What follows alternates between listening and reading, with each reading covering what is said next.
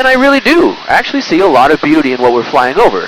For me, it's become not so much what the lava is destroying on the island, it's looking down and seeing what the lava is creating, which is essentially the island. This is how the island is made. It's the only way the islands are made, right? No, we wouldn't have Hawaii were it not for volcanoes and lava. And if I remind myself that at one time Honolulu and Waikiki Beach looked exactly like this, they would have had to, then suddenly this is a little bit more okay. This is all just part of the process of the development of the island. And I do know that I have seen lava flows start to grow things within 2 months after the lava cools. It won't take long before this all grows over and looks like nothing ever happened. Probably within 100 years it'll look like nothing happened at all, I think. But you guys have seen the regrowth on Mount St. Helens. Definitely. Happened fast, right? 10 years. Yeah. So there you go. 10 years. Yeah, it won't be long until this all looks like just the rest of the forest around it. Everyone will forget about it. I think the lava's really just misunderstood. Just gets a bad rap. Is there another volcano to explore? On this island, there are 5 volcanoes. Gotcha. The Kilauea volcano is the only one that is currently erupting, the only one that really has anything to look at right now. Mauna Loa volcano is still active. Last erupted in 1984. The Hualalai volcano on the Kona side is active. That one last erupted in 1801. And we have 2 dead volcanoes, Mauna Kea and Kohala, on the northwest side of the island. But right now, if you're feeling up for it, what I have planned for us, we still got plenty of fuel, and we've got time we can go pass by some little waterfalls before we land. You want to do that? Yes. Okay. In that case, we'll follow my friend there. We're going to kind of track about maybe just a straight shot, kind of our 11 o'clock there. On the edge of Hilo, up on the mountainside, there's a little cluster of waterfalls we can go play around. We'll start heading that way.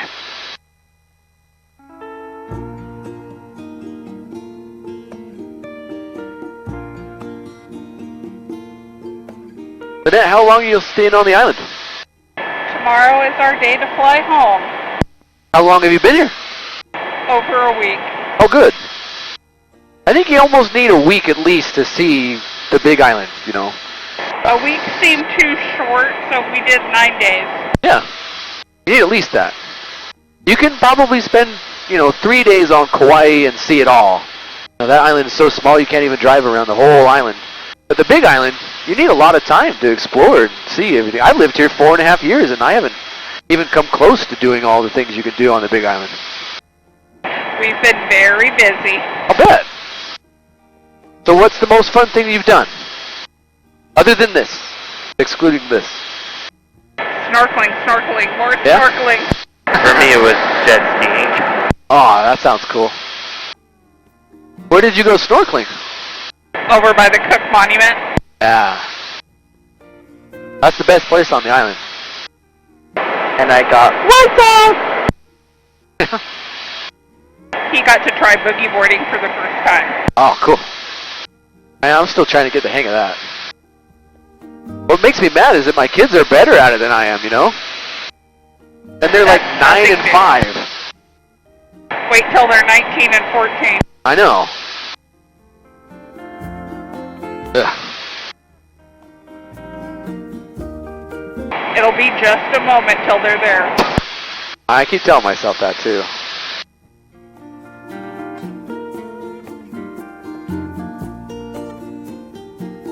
Well, sounds like you all having a good time. Did you make it up to the Volcano National Park yet? Yeah, we did that like Wednesday, Thursday. Oh, good. Did you spend any time up there at night and see the glow? No, we weren't able to. Eh. But however, though, I took a look at the telescope and looked closely. Yeah? And what I saw is lava. Yeah, it's down there. I think it's kind of a good time to be on the island. That lava lake, it rises and falls. It'll go up and down quite a bit. You caught it at a good time where it's high enough you could actually see it.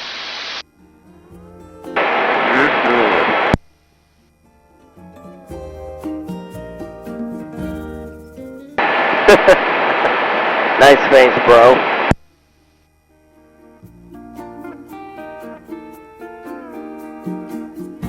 Alright, we're crossing over the road here. This is where I gotta make a radio call to air traffic control. Let me turn the mics off for just 1 minute. I'll make a radio call and get us permission to go check out some little waterfalls.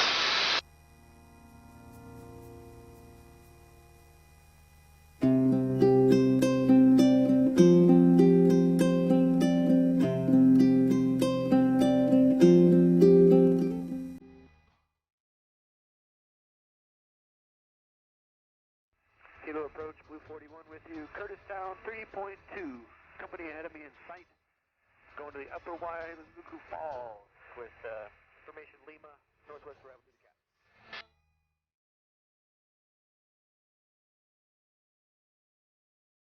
0506, Blue 41.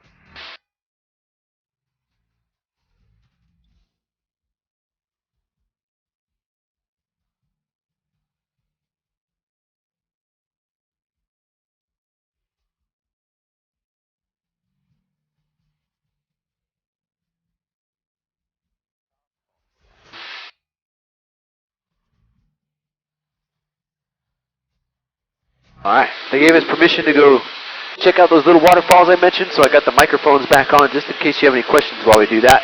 Check out downtown Hilo.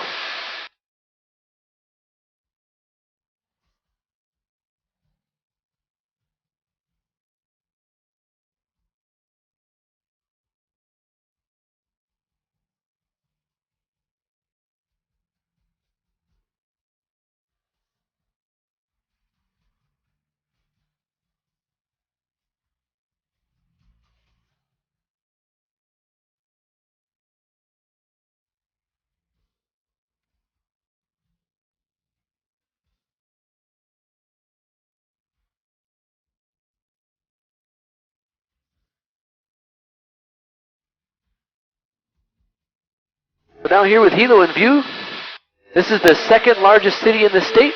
It's about 50,000 people. It's not a very big town. Some notable things about Hilo: it was last threatened by lava flows in 1984. Lava came down off the top of the Mauna Loa volcano, stopped about 4 miles from the airport we just took off from. Even though it was narrowly missed by lava flows in 84, it was destroyed by tsunami waves 2 different times in the past. Once in 1946, and then again in 1960, half of town was washed away by waves. Same part of town even. I think the most notable thing about Hilo, though, isn't so much what's almost destroyed it or what has destroyed it. It's that it rains so much. I know you think you get a lot of rain in Seattle. Do you know how many inches of rain you get a year on average? Not at all. Somewhere between 60 and 90 inches of rain a year. Now, here in Hilo, we are the rainiest city in the entire United States, it turns out. We average between 120 and 150 inches of rainfall a year just in downtown. That is a lot. Now, unlike Seattle, though, when it rains where you live, it's pretty misty and it's like an all-day kind of drizzly rain. Out here, when it rains, it's very sporadic, it's off and on, kind of random, and when it rains, it means it. Like, it's a torrential, heavy, fat downpour, and it just dumps buckets of water on you. And then it's over in a half an hour, and then you go outside and play. And then most of the days are pretty sunny, you know? But when it rains, it gives you a lot of volume of water in no amount of time at all. That's what keeps everything green on this side of the island, and that's what essentially makes these waterfalls we're about to see. These waterfalls coming up are called the Upper Wailuku Falls. They're all entirely made by the rain. They fill the Wailuku River that runs off to the right, turns into Rainbow Falls before it spills out into Hilo Bay. We'll see them first on your side, Lynette. We'll come around, see them on your side too, Matt.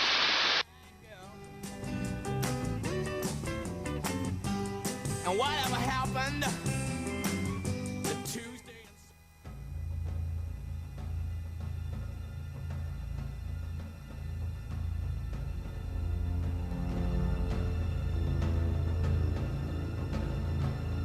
Everything from down